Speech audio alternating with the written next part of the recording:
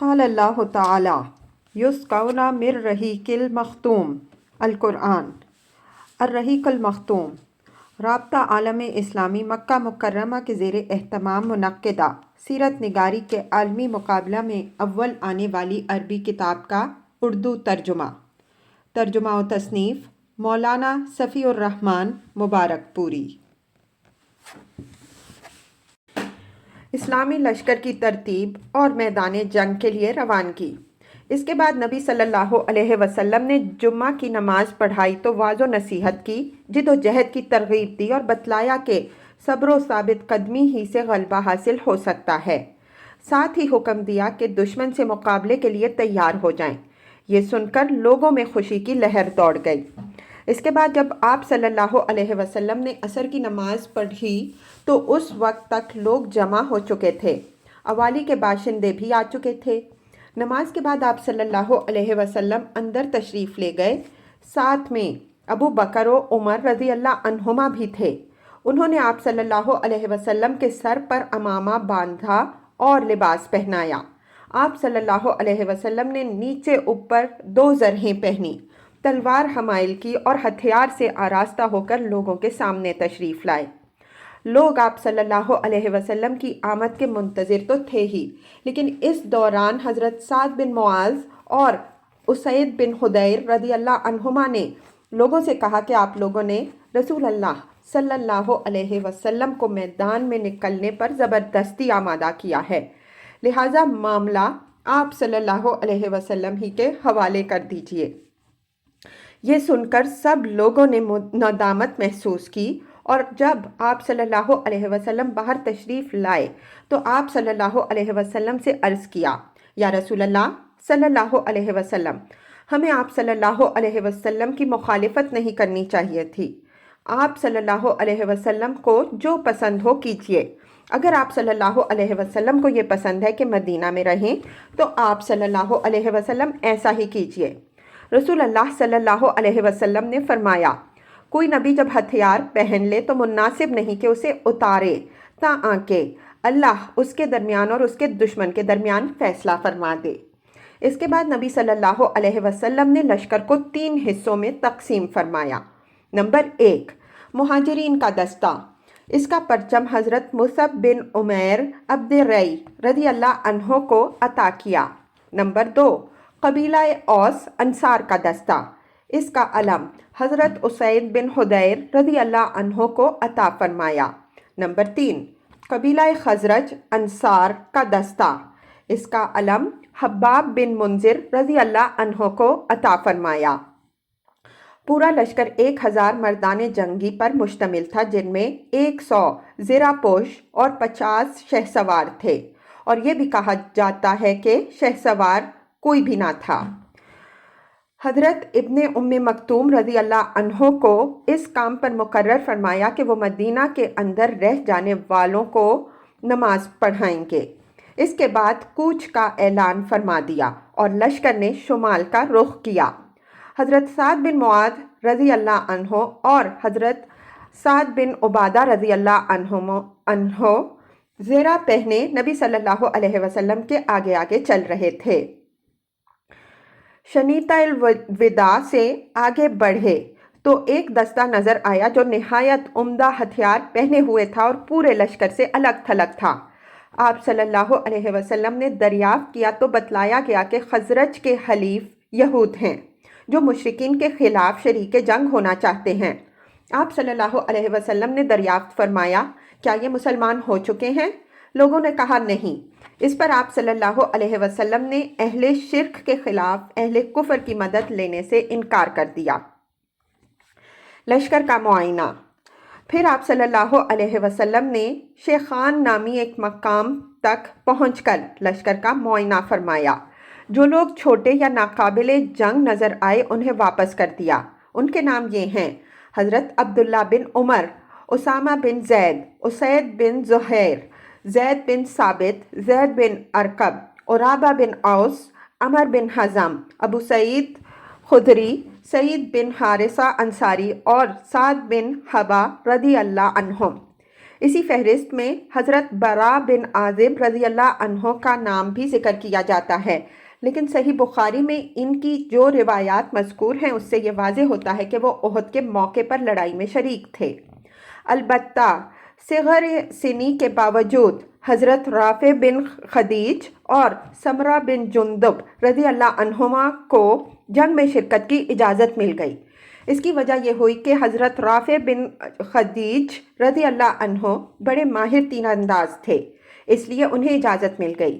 جب انہیں اجازت مل گئی تو حضرت سمرہ بن جندب رضی اللہ عنہ نے کہا کہ میں تو رافع سے زیادہ طاقتور ہوں، میں اسے پچھاڑ سکتا ہوں۔ چنانچہ رسول اللہ صلی اللہ علیہ وسلم کو اس کی اطلاع دی گئی تو آپ صلی اللہ علیہ وسلم نے اپنے سامنے دونوں سے کشتی لڑوائی اور واقعتاً سمرہ رضی اللہ عنہ نے رافع رضی اللہ عنہ کو پچھاڑ دیا، لہٰذا انہیں بھی اجازت مل گئی۔ احد اور مدینہ کے درمیان شب گزاری، یہی شام ہو چکی تھی، لہٰذا آپ صلی اللہ علیہ وسلم نے یہیں مغرب اور پھر عشاء کی نماز پڑھی اور یہیں رات بھی گزارنے کا فیصلہ کیا۔ پہرے کے لیے 50 صحابہ رضی اللہ عنہم اجمعین منتخب فرمائے جو کیمپ کے گرد و پیش گشت لگاتے رہتے تھے۔ ان کے قائد محمد بن مسلمہ انصاری رضی اللہ عنہ تھے۔ یہ وہی بزرگ ہیں جنہوں نے کعب بن اشرف کو ٹھکانے لگانے والی جماعت کی قیادت فرمائی تھی۔ ذکوان بن عبداللہ بن قیس رضی اللہ عنہ خاص نبی صلی اللہ علیہ وسلم کے پاس پہرا دے رہے تھے۔ عبداللہ ابن ابی اور اس کے ساتھیوں کی سرکشی۔ طلوع فجر سے کچھ پہلے آپ پھر چل پڑے اور مقام شوط پہنچ کر فجر کی نماز پڑھی۔ اب آپ صلی اللہ علیہ وسلم دشمن کے بالکل قریب تھے اور دونوں ایک دوسرے کو دیکھ رہے تھے۔ یہیں پہنچ کر عبداللہ بن ابی منافق نے بغاوت کر دی اور کوئی 1/3 لشکر یعنی 300 افراد کو لے کر یہ کہتا ہوا واپس چلا گیا کہ ہم نہیں سمجھتے کہ کیوں خواہ اپنی جان دیں۔ اس نے اس بات پر بھی احتجاج کا مظاہرہ کیا کہ رسول اللہ صلی اللہ علیہ وسلم نے اس کی بات نہیں مانی اور دوسروں کی بات مان لی۔ یقیناً اس علیحدگی کا سبب وہ نہیں تھا جو اس منافق نے ظاہر کیا تھا کہ رسول اللہ صلی اللہ علیہ وسلم نے اس کی بات نہیں مانی، کیونکہ اس صورت میں جیش نبوی صلی اللہ علیہ وسلم کے ساتھ یہاں تک اس کے آنے کا سوال ہی پیدا نہیں ہوتا تھا۔ اسے لشکر کی روانگی کے پہلے ہی قدم پر الگ ہو جانا چاہیے تھا۔ اس لیے حقیقت وہ نہیں جو اس نے ظاہر کی تھی، بلکہ حقیقت یہ تھی کہ وہ اس نازک موڑ پر الگ ہو کر اسلامی لشکر میں ایسے وقت اضطراب اور کھلبلی مچانا چاہتا تھا جب دشمن اس کی ایک ایک نقل و حرکت دیکھ رہا ہو، تاکہ ایک طرف تو عام فوجی نبی صلی اللہ علیہ وسلم کا ساتھ چھوڑ دیں اور جو باقی رہ جائیں ان کے حوصلے ٹوٹ جائیں، اور دوسری طرف اس منظر کو دیکھ کر دشمن کی ہمت بندھے اور اس کے حوصلے بلند ہوں۔ لہٰذا یہ کارروائی نبی صلی اللہ علیہ وسلم اور ان کے مخلص ساتھیوں کے خاتمے کی ایک مؤثر تدبیر تھی، جس کے بعد اس منافق کو توقع تھی کہ اس کی اور اس کے رفقا کی سرداری اور سربراہی کے لیے میدان صاف ہو جائے گا۔ قریب تھا کہ یہ منافق اپنے بعض مقاصد کی برآری میں کامیاب ہو جاتا، کیونکہ مزید 2 جماعتوں یعنی قبیلہ اوس میں سے بنو حارثہ اور قبیلہ خزرج میں سے بنو سلمہ کے قدم بھی اکھڑ چکے تھے اور وہ واپسی کی سوچ رہے تھے، لیکن اللہ تعالیٰ نے ان کی دستگیری کی اور یہ دونوں جماعتیں اضطراب اور ارادہ واپسی کے بعد جم گئیں۔ انہیں کے متعلق اللہ تعالیٰ کا ارشاد ہے، اِذْ ہمت طائفتان منکم ان تفشلا واللہ ولیہما وعلی اللہ فلیتوکل المؤمنون۔ سورہ آل عمران آیت 122۔ جب تم میں سے 2 جماعتوں نے قصد کیا کہ بزدلی اختیار کریں اور اللہ ان کا ولی ہے اور مومنوں کو اللہ ہی پر بھروسہ کرنا چاہیے۔ بہرحال منافقین نے واپسی کا فیصلہ کیا تو اس نازک ترین موقع پر حضرت جابر رضی اللہ عنہ کے والد حضرت عبداللہ بن حرام رضی اللہ عنہ نے انہیں ان کا فرض یاد دلانا چاہا۔ چنانچہ موصوف انہیں ڈانٹتے ہوئے واپسی کی ترغیب دیتے ہوئے اور یہ کہتے ہوئے کہ ان کے پیچھے پیچھے چلے کہ آؤ، اللہ کی راہ میں لڑو یا دفاع کرو، مگر انہوں نے جواب دیا اگر ہم جانتے کہ آپ لوگ لڑائی کریں گے تو ہم واپس نہ ہوتے۔ یہ جواب سن کر حضرت عبداللہ بن حرام رضی اللہ عنہ یہ کہتے ہوئے واپس ہوئے کہ اللہ کے دشمنوں، تم پر اللہ کی مار، یاد رکھو اللہ اپنے نبی صلی اللہ علیہ وسلم کو تم سے مستغنا کر دے گا۔ انہی منافقین کے بارے میں اللہ تعالیٰ کا ارشاد ہے وَلِيَعْلَمَ الَّذِينَ نَافَقُوا وَقِيلَ لَهُمْ تَعَالَوْا قَاتِلُوا فِي سَبِيلِ اللَّهِ أَوِ ادْفَعُوا قَالُوا لَوْ نَعْلَمُ قِتَالًا لَاتَّبَعْنَاكُمْ هُمْ لِلْكُفْرِ يَوْمَئِذٍ أَقْرَبُ مِنْهُمْ لِلْإِيمَانِ يَقُولُونَ بِأَفْوَاهِهِمْ مَا لَيْسَ فِي قُلُوبِهِمْ وَاللَّهُ أَعْلَمُ بِمَا يَكْتُمُونَ۔ سورہ آل عمران آیت 167۔ اور تاکہ اللہ انہیں بھی جان لے جنہوں نے منافقت کی، اور ان سے کہا گیا کہ آؤ اللہ کی راہ میں لڑائی کرو یا دفاع کرو، تو انہوں نے کہا کہ اگر ہم لڑائی جانتے تو یقیناً تمہاری پیروی کرتے۔ یہ لوگ آج ایمان کی بنسبت کفر کے زیادہ قریب ہیں، منہ سے ایسی بات کہتے ہیں جو دل میں نہیں ہے، اور یہ جو کچھ چھپاتے ہیں اللہ اسے جانتا ہے۔ بقیہ اسلامی لشکر دامن احد میں۔ اس بغاوت اور واپسی کے بعد رسول اللہ صلی اللہ علیہ وسلم نے باقی ماندہ لشکر کو لے کر، جس کی تعداد 700 تھی، دشمن کی طرف قدم بڑھایا۔ دشمن کا پڑاؤ آپ صلی اللہ علیہ وسلم کے درمیان اور احد کے درمیان کئی سمت سے حائل تھا، اس لیے آپ صلی اللہ علیہ وسلم نے دریافت کیا کہ کوئی آدمی ہے جو ہمیں دشمن کے پاس سے گزرے بغیر کسی قریبی راستے سے لے چلے۔ اس کے جواب میں ابو خثیمہ رضی اللہ عنہ نے عرض کیا یا رسول اللہ صلی اللہ علیہ وسلم، میں اس خدمت کے لیے حاضر ہوں۔ پھر انہوں نے ایک مختصر راستہ اختیار کیا جو مشرکین کے لشکر کو مغرب کی سمت چھوڑتا ہوا بنی حارثہ کے حرہ اور کھیتوں سے گزرتا تھا۔ اس راستے سے جاتے ہوئے لشکر کا گزر مربع بن کینزی کے باغ سے ہوا۔ یہ شخص منافق بھی تھا اور نابینا بھی۔ اس نے لشکر کی آمد محسوس کی تو مسلمانوں کے چہرے پر دھول پھینکنے لگا اور کہنے لگا کہ اگر آپ صلی اللہ علیہ وسلم اللہ کے رسول ہیں تو یاد رکھیں کہ آپ صلی اللہ علیہ وسلم کو میرے باغ میں آنے کی اجازت نہیں۔ لوگ اسے قتل کرنے کو لپکے تو لیکن آپ صلی اللہ علیہ وسلم نے فرمایا اسے قتل نہ کرو، یہ دل اور آنکھ دونوں کا اندھا ہے۔ پھر رسول اللہ صلی اللہ علیہ وسلم نے آگے بڑھ کر وادی کے آخری سرے پر واقع احد پہاڑ کی گھاٹی میں نزول فرمایا اور وہیں اپنے لشکر کا کیمپ لگوایا۔ سامنے مدینہ تھا اور پیچھے احد کا بلند و بالا پہاڑ۔ اس طرح دشمن کا لشکر مسلمانوں اور مدینہ کے درمیان حد فاصل بن گیا۔ دفاعی منصوبہ۔ یہاں پہنچ کر رسول اللہ صلی اللہ علیہ وسلم نے لشکر کی ترتیب و تنظیم قائم کی اور جنگی نقطۂ نظر سے اسے کئی صفوں میں تقسیم فرمایا۔ ماہر تیر اندازوں کا ایک دستہ بھی منتخب کیا جو 50 مردان جنگی پر مشتمل تھا۔ ان کی کمان حضرت عبداللہ بن جبیر بن نعمان انصاری دوسی بدری رضی اللہ عنہ کو سپرد کیا اور انہیں وادی کنات کے جنوبی کنارے پر واقع ایک چھوٹی سی پہاڑی پر، جو اسلامی لشکر کے کیمپ سے کوئی 150 میٹر جنوب مشرق میں واقع ہے اور اب جبل رمات کے نام سے مشہور ہے، تعینات فرمایا۔